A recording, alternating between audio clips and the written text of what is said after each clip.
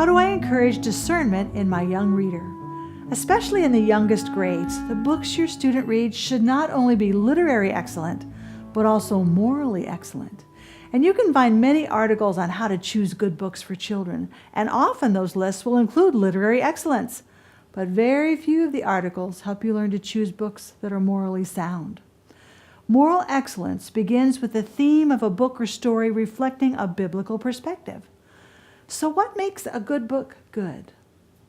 Let's start by looking for moral excellence. As Christian parents, we want our children to grow up in the faith, engaging the culture by praising the good and challenging the bad. And literature and entertainment give us many opportunities to talk about objectionable elements that they will encounter in this fallen world. So how do we handle and teach our children to handle objectionable material that they're going to come across while reading? First, let's identify the objectionable elements.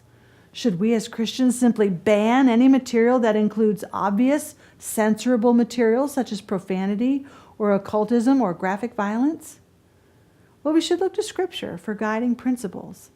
The Bible teaches by principle and includes both positive and negative examples, but evil is never glorified, and evil always has negative results. Sometimes evil is allowed to appear in a controlled way in order to develop in the reader a resistance against it. The rule of thumb is that if a book treats evil the same way the Bible treats evil, it is acceptable to be used for instructional purposes when age appropriate. Sometimes a book will have objectionable material that is more subtle. These can be attitudes or philosophies introduced or even pushed in the book. And the following questions provide 3 tests for determining moral excellence. First is moral tone. Does the story make the objectionable element seem appealing? Doesn't that little devil seem cute? Then there's gratuitous, or that means for no reason. Is the objectionable element or material there for a good purpose, or just to draw attention to itself? And then there is explicitness. Is this objectionable element discussed too often or in too much detail? All 3 tests must be considered together for a literary work to be considered morally sound. Now, as a parent, you must help your student understand how to filter what he reads or watches, and it takes many discussions on a variety of topics to prepare your student to know when to put a book down. So communicate constructively.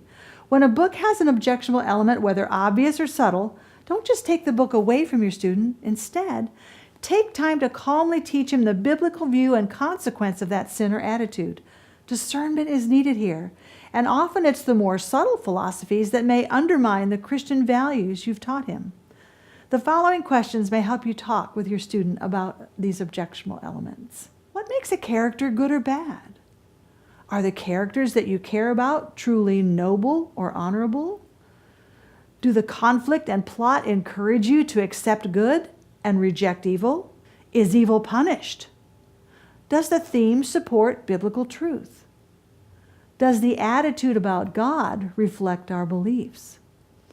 Did anything make you feel uncomfortable?